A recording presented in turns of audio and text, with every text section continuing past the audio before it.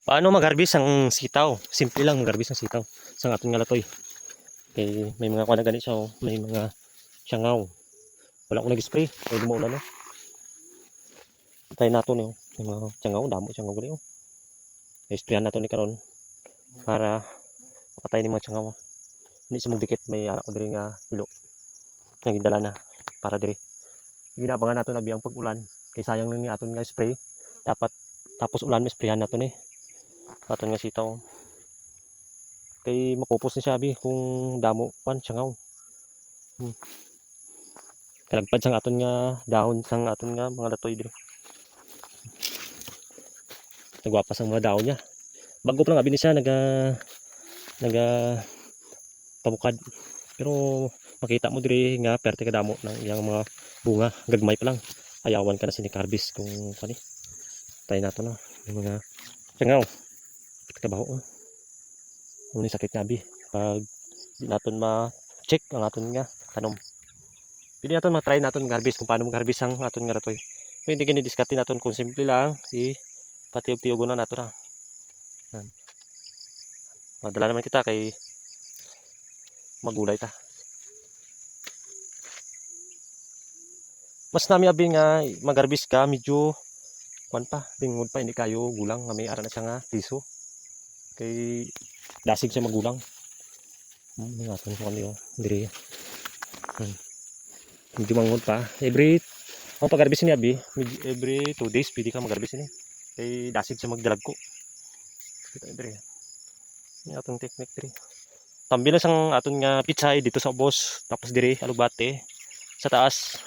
Amo ning aton nga talungan. May mo aton nga gipang bagay nga talong.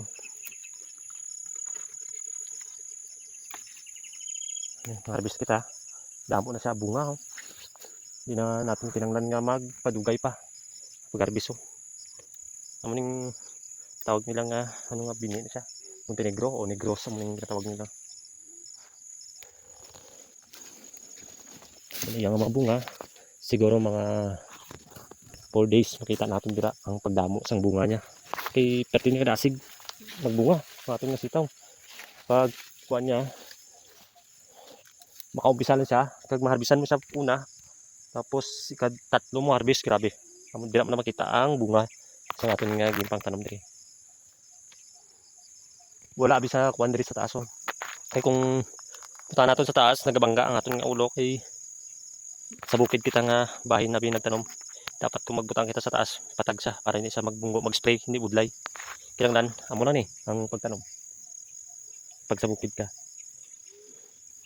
Kung ara na gani ang ulan, so ubos makita niyo ang ulan dira. Hindi kita ka-spray, kay sayang na nga atong hilo pag mag-spray kita. Hindi siya magdikit dayon. Kinanglan sin pagkatapos ng ulan, mag-spray. Mag-spray gid kita. Para makontrol natin ang mga piste o mga insekto mari diri saka palibot sa ating tanom. Sige guys, damo nga salamat sa aton mga ka-farmers dira. Kami nga aton nga ipang tanom nga sitaw. Abangan nyo kay gwapo, parte gid kagwapa ang aton nga sitaw. Mas namin sa pag may basal, magtanom kita sang sitaw may basal. Hindi gani mga organic nga basal. Parehosang kayan nga dunot. Muni aton nga diskarte dire para hindi sa ano, kita niyo yang mga dahon. Super dalag. Gwapa sa mga dahon niya. Kung gwapa ang dahon, mas nami ang dahon, mas nami man ang bunga. Kita niyo dire mga bunga niya. Mga gwapa man. Sabi na kadamo.